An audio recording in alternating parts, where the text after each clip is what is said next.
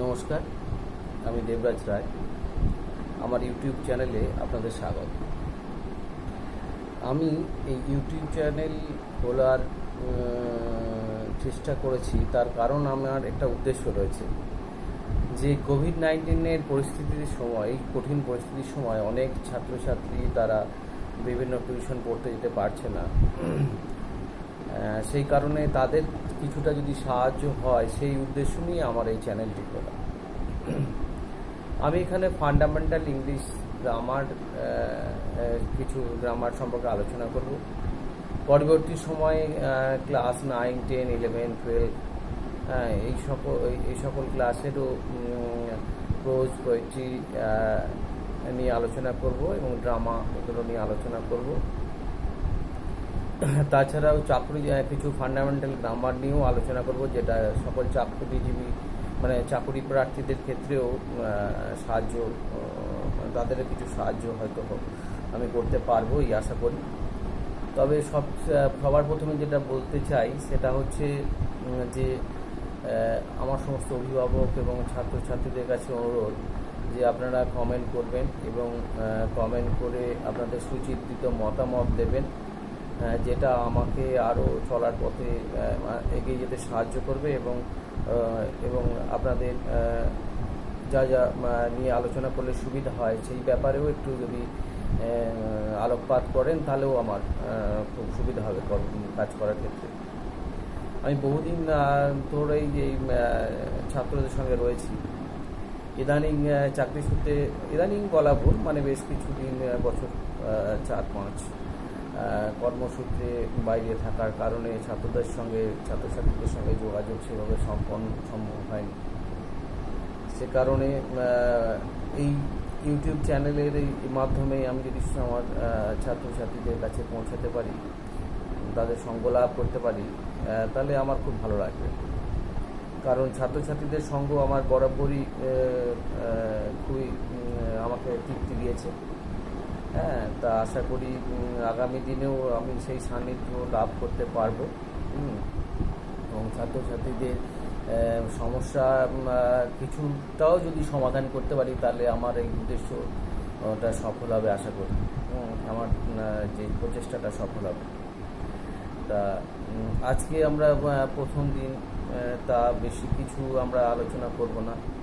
আমরা প্রাথমিক যে জিনিসটা যেটা আসছে সেন্টেন্স, সেই সেন্টেন্স নিয়ে আমরা আজকে আলোচনা করব। সেন্টেন্স বা বাক্য, আমরা প্রত্যেকেই জানি সেন্টেন্স কাকে বলে। সেন্টেন্স কাকে বলে বলতে গেলে বলতে হবে when a group of words expresses a complete sense। যখন একটা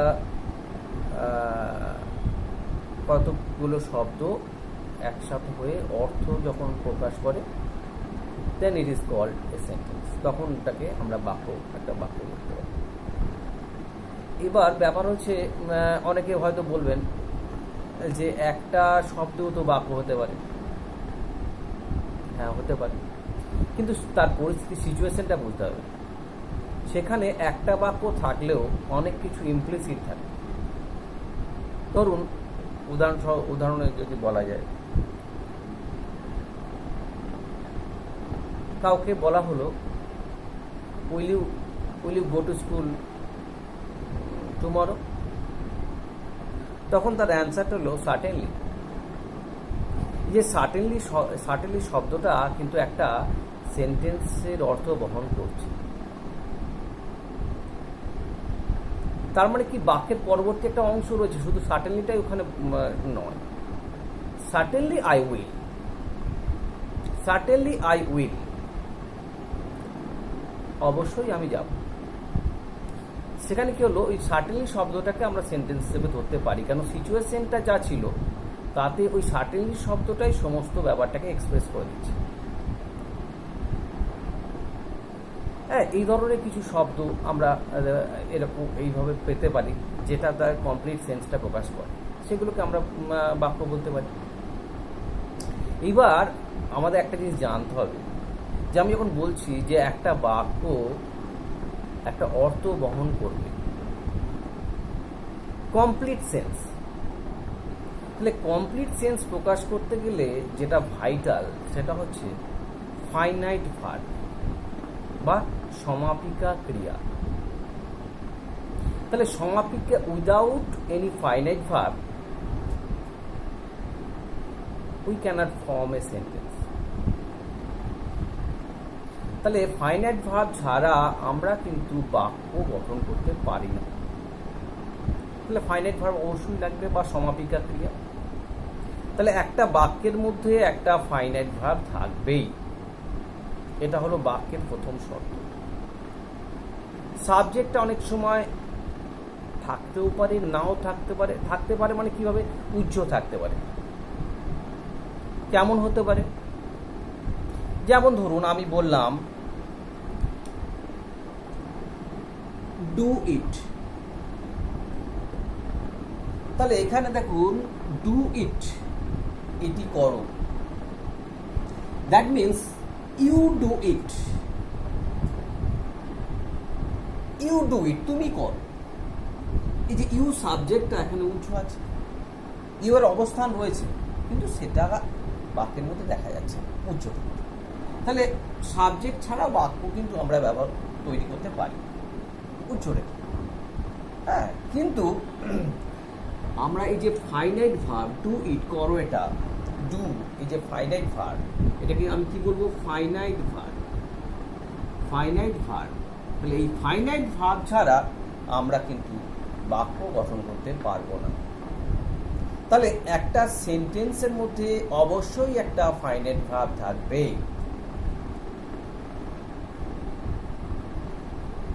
তাহলে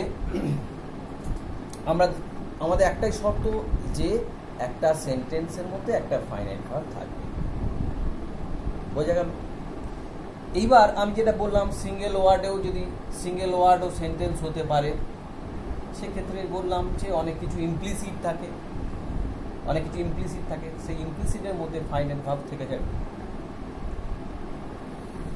এইবার আমরা যেটা জানবো যে সেন্টেন্সকে আমরা কটা ভাগে ভাগ করতে পারি। আমি সময় বাঁচাবার জন্য আগে থেকে লিখে রেখেছি, যেটা হচ্ছে ধরুন সেন্টেন্সকে আমরা 5টি ভাগে ভাগ করতে পারি। কি না? Assertive or declarative. Assertive or declarative. Assertive মানে হচ্ছে বিবৃতিমূলক, ডিক্লারেটিভ মানে হচ্ছে বর্ণনামূলক। দুটো একই। দ্বিতীয় হচ্ছে ইন্টারোগেটিভ। ইন্টারোগেটিভ মানে হচ্ছে কি? প্রশ্নবোধক। ইন্টারোগেটিভ মানে হচ্ছে প্রশ্নবোধক। 3 নম্বরটা কি? 3 নম্বর হচ্ছে ইম্পারেটিভ। ইম্পারেটিভ মানে হচ্ছে আদেশ অনুরোধমূলক, আবার উপদেশও হয়। আদেশ, অনুরোধ, উপদেশমূলক। 4 নম্বর আমরা কি করব না আছে অপটেটিভ। 4 নম্বর হচ্ছে অপটেটিভ। অপটেটিভটা কি? অপটেটিভ হচ্ছে প্রার্থনা বা ইচ্ছা প্রকাশ, প্রার্থনামূলক বা ইচ্ছাবোধক, প্রার্থনামূলক অথবা ইচ্ছাবোধক। আর এক্সক্লামেটরি হচ্ছে কি? আবেগ সূচক। এক্সক্লামেটরি হচ্ছে আবেগ সূচক।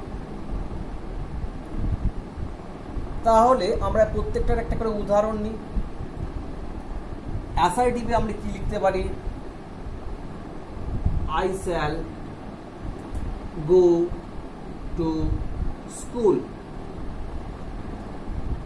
আমি স্কুল যাব। এটা হলো কি? অ্যাসার্টিভ বা ডিক্লারেটিভ। এইবার আমরা আলোচনা করব ইন্টারোগেটিভ, প্রশ্নবোধক। সেটা কি লিখব? when will you go to school? When will you go to school? তুমি কখন স্কুলে যাবে? বা বললাম who wrote this story? Who wrote this story? কে এই গল্পটা লিখেছে? এইগুলো আমি WH দিয়ে শুরু করলাম ইন্টারোগেটিভ। যদি WH দিয়ে শুরু না করি তাহলে ইন্টারোগেটিভটা কেমন হবে?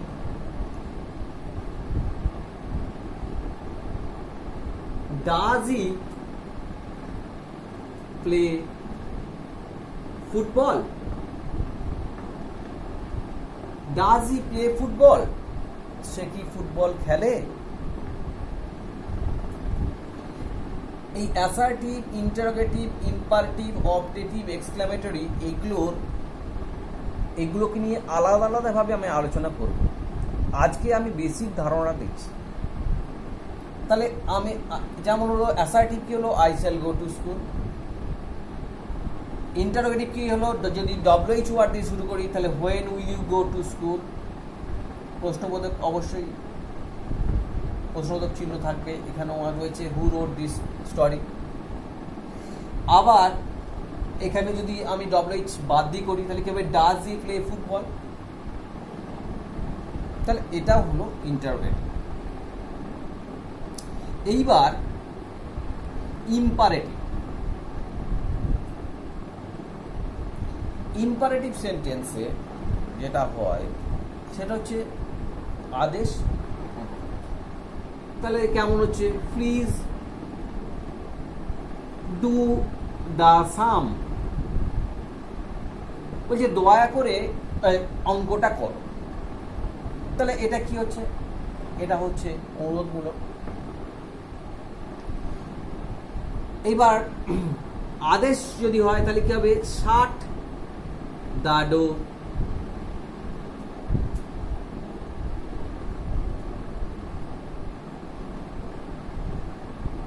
আর যদি উপদেশ হয় তাহলে কি হবে, স্টাডি হার্ড। স্টাডি হার্ড, কঠোরভাবে পড়াশুনো করো, কঠোর পরিশ্রম করো, পড়াশোনা করো, স্টাডি হার্ড। তাহলে এইগুলো হচ্ছে কিসের উদাহরণ? এই তিনটে হলো আমার ইম্পারেটিভের। এটা হলো অনুরোধ, এটা হলো আদেশ, আর এটা হলো পরামর্শ। এইবার আমরা চলে যাব অপটেটিভ। এইবার আমরা চলে যাব অপটেটিভ সেন্টেন্স। অপটেটিভটা কি বলেছিলাম আমি? না, অপটেটিভ হচ্ছে ইচ্ছা বা প্রার্থনা, ইচ্ছা বোধক অথবা প্রার্থনা সূচক। কেমন হবে অপটেটিভটা? আমি বললাম মে ইউ লিভ লং। তুমি দীর্ঘায়ু হও। তাহলে এটা কি? এটা একটা ইচ্ছা বা প্রার্থনা। অথবা বলতে পারি God bless you. God bless you. তাহলে এটা হচ্ছে কি? এটাও হচ্ছে কি না, এটা হচ্ছে অপটেটিভ সেন্টেন্স। একটা হলো ইচ্ছা আর একটা হলো কি, প্রার্থনা। এইবার আমরা যেটা যাবো সেটা হচ্ছে এক্সক্লামেটরি। এক্সক্লামেটরিটা হচ্ছে কি, আবেগ সূচক। কেমন? যেমন হচ্ছে অ্যালাস,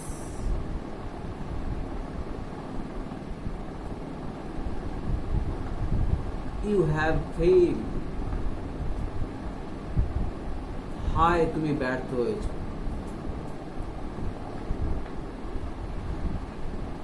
অথবা যদি বলা হয়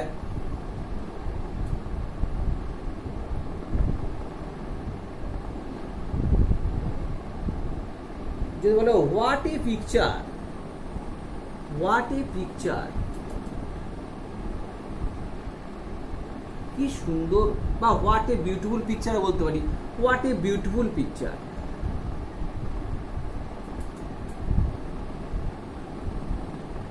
হোয়াট এ বিউটিফুল পিকচার।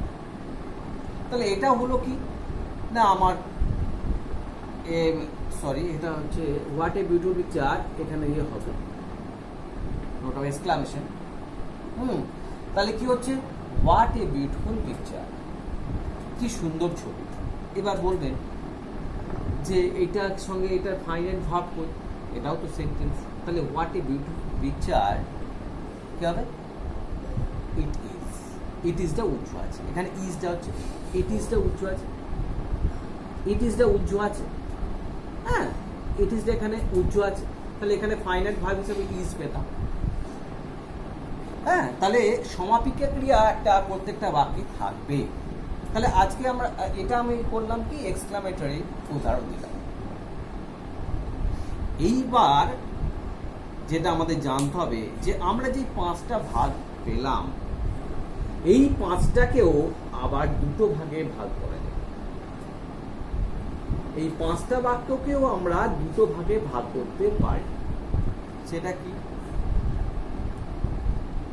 সেটা হচ্ছে অ্যাফার্মেটিভ আর নেগেটিভ। সেটা হচ্ছে অ্যাফার্মেটিভ অ্যাফার্মেটিভ 1 নম্বর ভাগ হচ্ছে অ্যাফার্মেটিভ, আর 2 নম্বর ভাগ হচ্ছে নেগেটিভ। অ্যাফার্মেটিভ আর নেগেটিভ। অ্যাফার্মেটিভ হচ্ছে হ্যাঁ বাচক,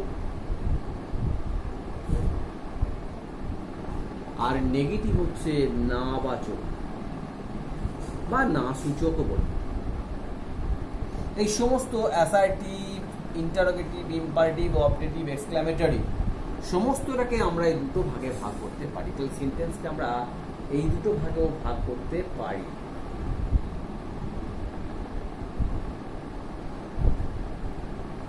অ্যাফার্মেটিভ আর হচ্ছে তাহলে অ্যাফার্মেটিভ এবং নেগেটিভ এই দুটো পার্টেও আমরা এটাকে ভাগ করতে পারি সমস্তগুলো।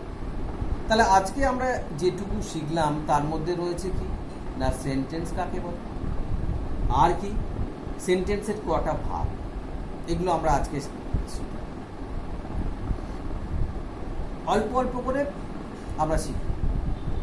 তাহলে এটা হলো আজকে আমাদের আলোচনার বিষয়বস্তু। এটা হলো যে সেন্টেন্স।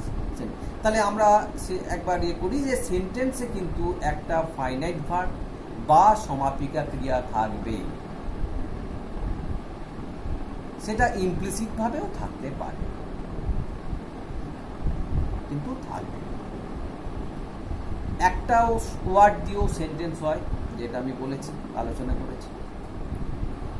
হ্যাঁ, তা আজকে এই পর্যন্তই, আবার পরের দিন দেখা হবে। সবাইকে নমস্কার জানিয়ে বিদায়।